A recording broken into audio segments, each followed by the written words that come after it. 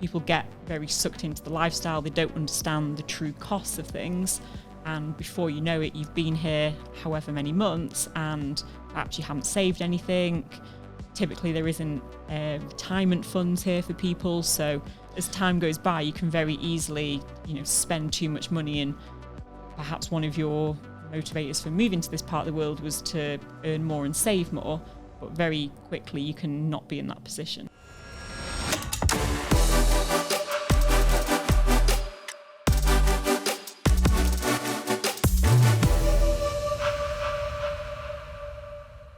Welcome along to episode 4 of Financial Athletes, and today we're going to be having a conversation about something that I think people so commonly question in their own lives. Should I make the move overseas? Should I leave my home and head to another country and start a whole new life? And today we're really pleased to be joined by one of the youngest ever chartered financial planners, Rebecca Ellis, who started her career in Manchester in the financial industry and then has since moved to Dubai. So Bex, really nice to have you along with us today. Hi, Kieran. Thanks for having me. Most welcome.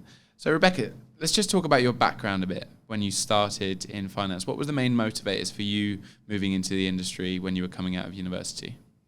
So, I'm one of the few people whose degrees actually is in financial services and financial planning. So, when I graduated, I already had a clear idea of what industry I wanted to go into and what job to go into. Mm-hmm. So for me, it was more the time when I was at university that I was understanding what this industry is and why I wanted to go into the industry.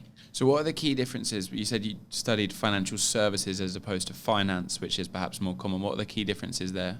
So in my opinion, a financial services degree versus a financial planning degree. So the financial planning degree that I did was very much related to what we do on a day-to-day basis. So there was pensions, investing, tax planning, whereas the other degrees that people who I know have studied in this area are more around finance, which would be perhaps accounting or working within a company to manage their finances. But my degree was very much focused on personal financial planning. And that was not your undergraduate, that was your master's degree, right?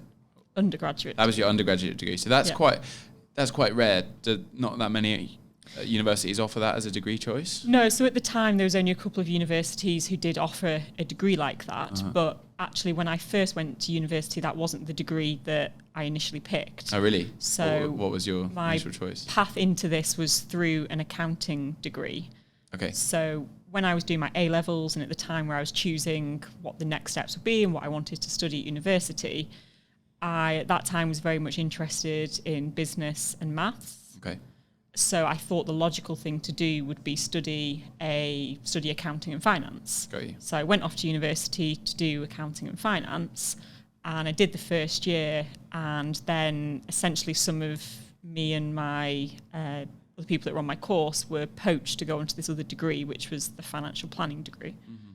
So the reasons why I made that move were there was, just at my university, there was hundreds of students doing the accounting degree, but then across all the other universities in the country, there would have been thousands of people all graduating at the same time.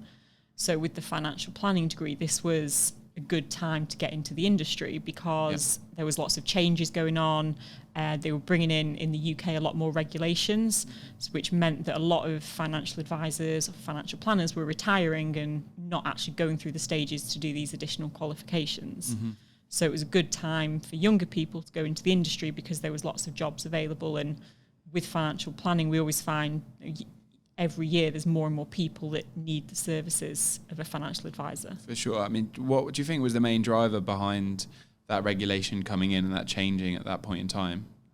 I think as more people start to make use of a financial advisor, there becomes essentially more regulation, more bodies that are involved with governing the industry. So I think it's that the regulator's duty was to make sure that people who are giving that advice are well qualified to do it, and that there's kind of ongoing requirements for people to keep their knowledge up, because things are always changing with taxes, so you've got to be on the ball to know what's happening. For sure. So it's in the client's benefit in the long run, of course all of that. So has that grown? Have you been monitoring it in the UK in terms of the offering from universities for that field of study? Has that Yes, I don't have any statistics, but I know there are more universities that do it, and the exam bodies are now more on board with the universities offering degrees in this area. So when I did my course, I was actually the first year group to go through that degree programme. And when we graduated, we got a number of exemptions from one of the exam boards within the industry. Okay. So we were in a good position when we graduated because we had exemptions from some of the exams that you have to take in order to be able to give advice in the UK. Got you. But that was quite a process, and because we were the first year, it wasn't ready as soon as we graduated. Whereas I know that now there's a much smoother process for the universities that offer these degrees, and they are more able to allow graduates to gain employment quite quickly within the industry with the qualifications needed. Okay, so you're seeing a lot more people who are ready to perhaps come into financial services industry with the correct qualification, whereas before it was perhaps people doing a degree that was slightly different and then training on the job.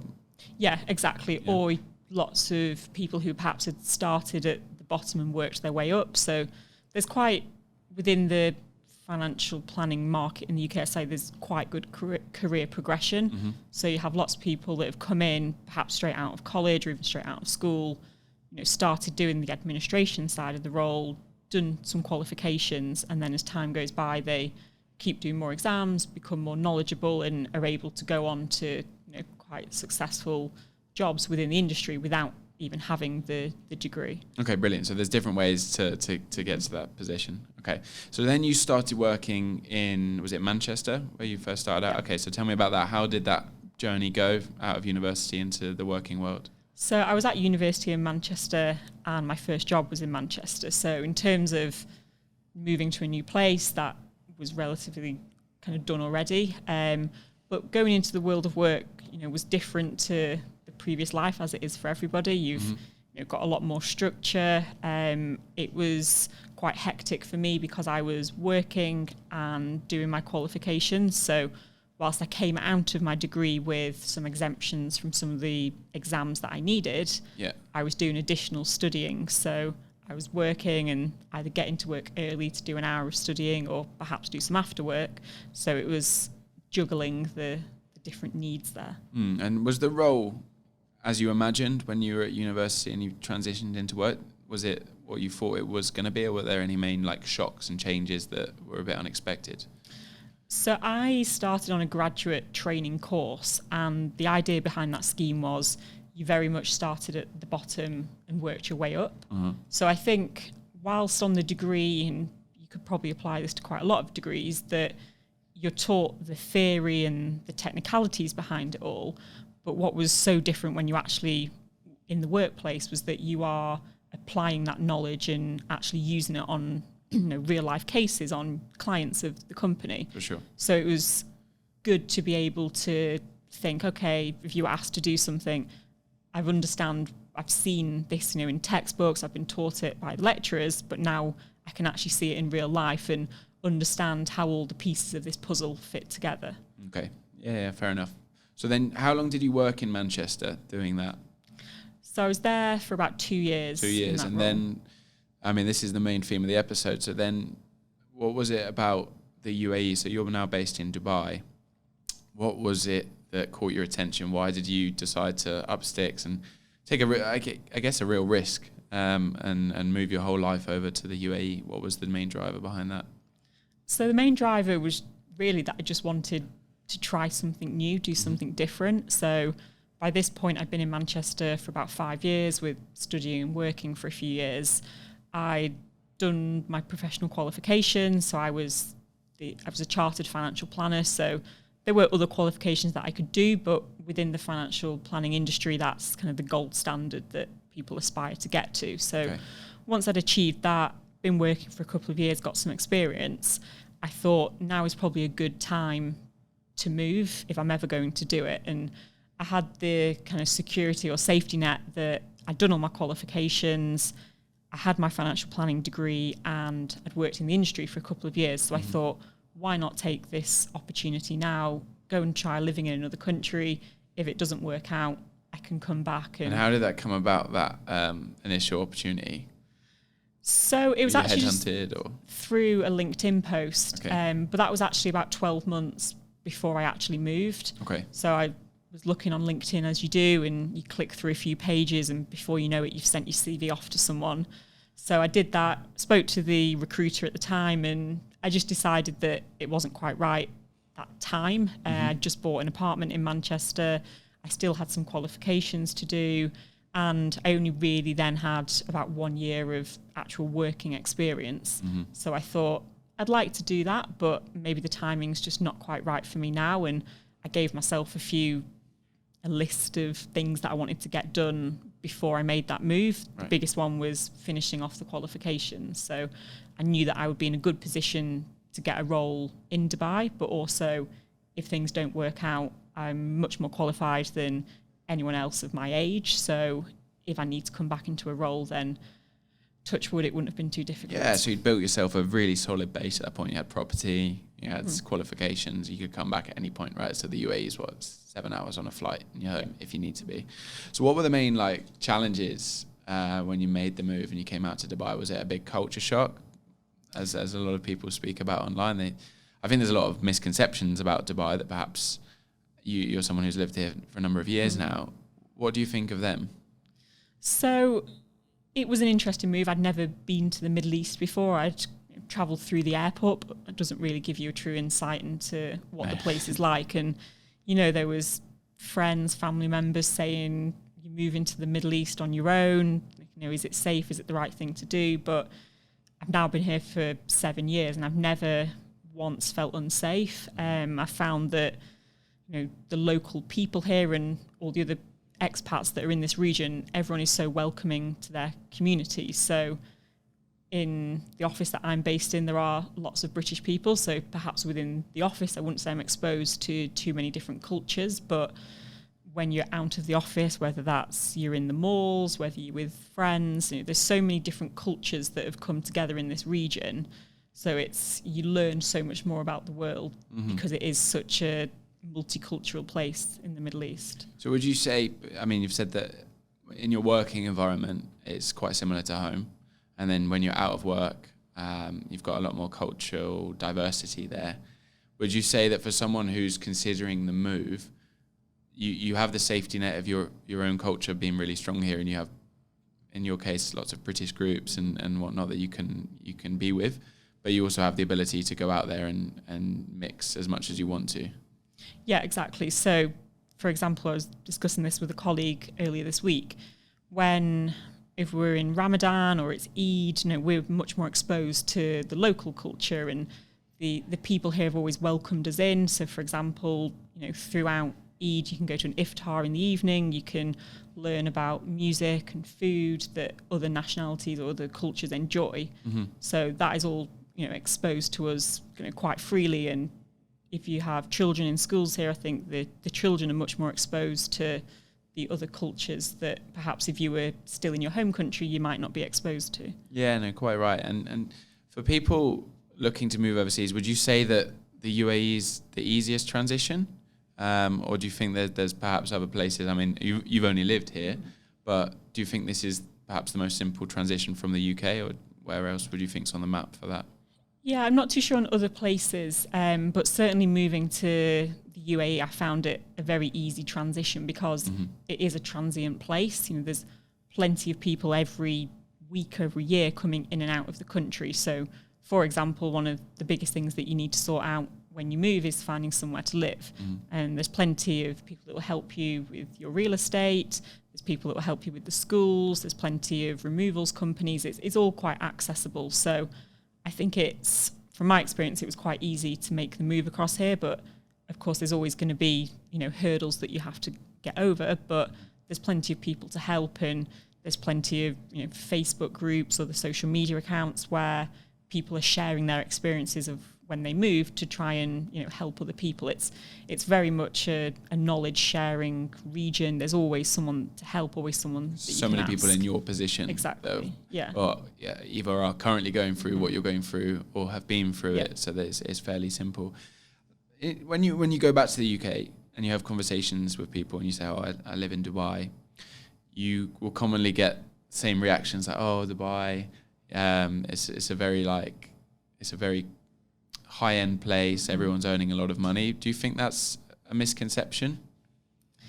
For sure, yeah. Every time I go back, people see, or not just through my social media, but they see it through other people's social media and things that they've seen on the TV, where Dubai or the UAE is made out to be this very extravagant place. People live these very extravagant lifestyles, but there is that, and there are people that do enjoy the life here in that way.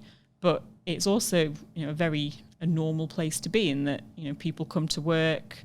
We have 2 days off for our weekend, and between that you have your friends, your family, whoever else that you spend time with. But a lot of what is kind of the perception of Dubai, I would say, is not actually what it's like in reality. Mm-hmm. And financially, do you think there are risks involved in being here that people don't discuss enough? Yes, definitely. So when you move here, there's, it depends on your circumstances. Are you coming on your own or with family? But for example, like I did, I came on my own. So when you first move, you feel under pressure that you need to make new friends. So you find yourself kind of just saying yes to all these social events to get out there and meet people. Whereas that's great, and of course you should do that. You need to have friends around you. But I think people often get sucked into living that lifestyle for too long. Like a holiday kind of mindset of just going out to every night out, whatever. The financial side of things, it's, when you move here, you're now receiving a salary in the local currency. Things are priced differently. So your accommodation, you might, in the UK, you probably pay your rent or your mortgage on a monthly basis. Mm-hmm. Whereas out here, you might be paying it quarterly, every 6 months, or annually. So you have to be much more disciplined, I suppose. Disciplined, and think about your savings and your expenses, because you might pay your rent now and you don't have to pay any more for 6 months, but you need to think about, well, where's that money going to come from in 6 months' time? So I think people get very sucked into the lifestyle. They don't understand the true costs of things. And before you know it, you've been here however many months and perhaps you haven't saved anything. Typically, there isn't retirement funds here for people. So let's touch on that more in a moment. Yeah. So as time goes by, you can very easily, spend too much money, and perhaps one of your motivators for moving to this part of the world was to earn more and save more, but very quickly you can not be in that position. So you are getting people earning more, but they're also spending more. Often, yes. Yeah.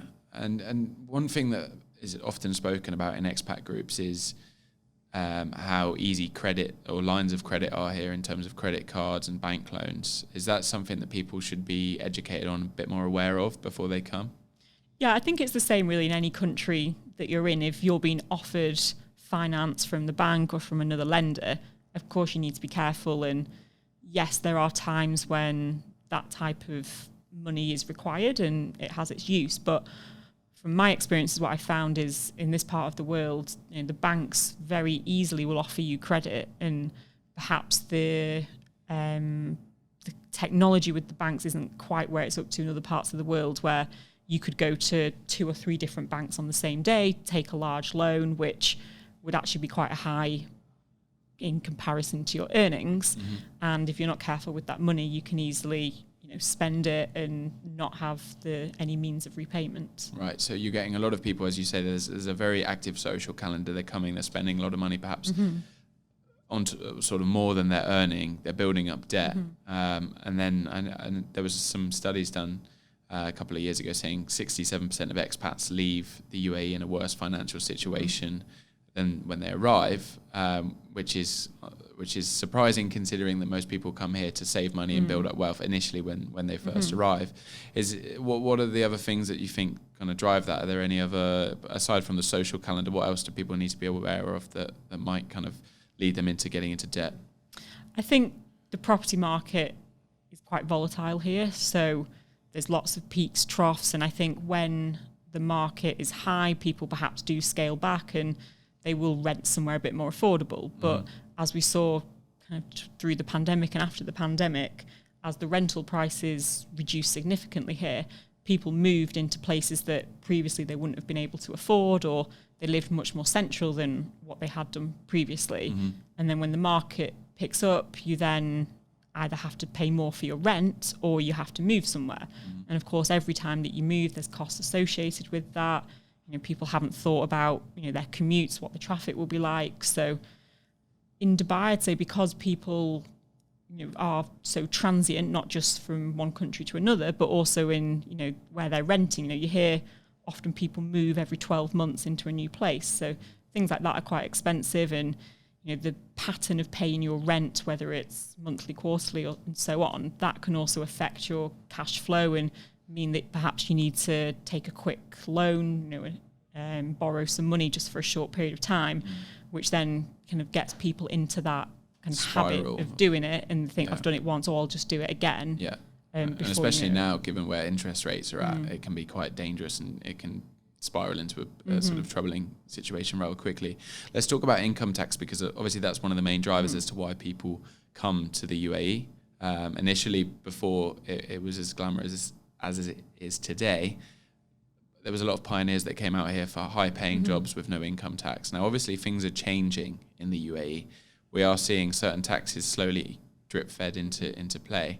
How should people react to not paying income tax? What do you think is the wisest strategy? You are going to be earning more than perhaps you would be in other cases.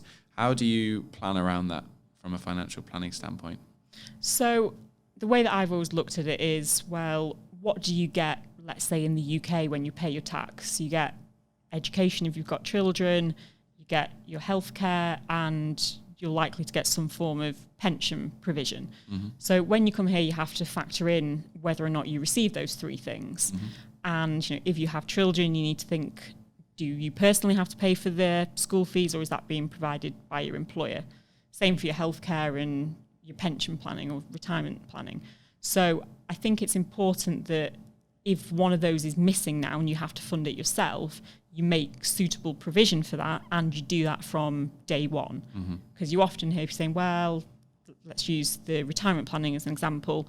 In the UK, you'd be contributing towards your pension. You might also be paying to get government contribution of the state pension in retirement. But if you move to Dubai and think, oh, it's a long way off, I'll do that in a few years' time, before you know it, you've done whatever else that you've done, and you haven't got into that disciplined routine of saving on a monthly basis. So I think it's important that when you're not paying tax, but you need to understand, well, I was paying my tax, what was I getting back from the government for that? If there is now something missing, that you make provision for that within your monthly expenditure to ensure that you don't come to the UAE for 10 years and, like you said, about 2/3 of people are in a worse financial position when they leave. You don't want to be that person. So making sure that you are saving on a monthly basis, whether it's into some form of retirement plan or just a savings account, to ensure that there is still that pot of money there for when you retire. And how easy is it to set something up like that in order to, put money away on maybe a monthly basis or a quarterly or whatever it may be? Is that relatively straightforward for expats whilst they're here? Are there any risks involved in that? What do people need to be thinking about? So it's relatively easy to set up. There's different options available to you depending on what your needs are. So what the place where you should save your money will be very different if you are just saving, for your emergency fund, or if you're saving longer term for buying a property or for a pension. So you need to understand, what type of savings account is best suited for you. You need to understand where that money's held, how the provider or the institution is regulated, because there are, I've heard some horror stories over the years where people haven't done their research, they've invested in an investment or a product which isn't regulated where it should be. So I think as long as you are taking financial advice, you are investing somewhere that's regulated, and you keep it under review, because what the right advice for you is now might not be the right advice in 2-3 years' time when your circumstances have changed. So how often is it recommended that you should review your holdings? So in terms of reviewing your holdings, I would say, maybe every 6 months or so. Just depends what you're invested in and how much risk you can afford to take. Some people like to leave it maybe 1 year and then review it. It completely depends on the person, but as long as there is some form of review taking place on a frequent basis, then I think you're comfortable.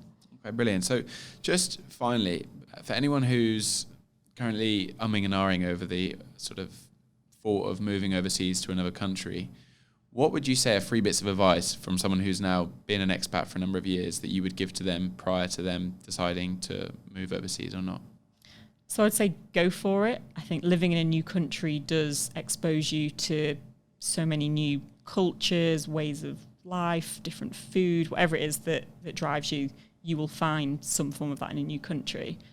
I think also understand the financial side of it. So whilst a job offer with a salary and a package might look great, you really need to understand how much does it actually cost to live in that country, and can you still afford to save and make sure that you are protecting your future.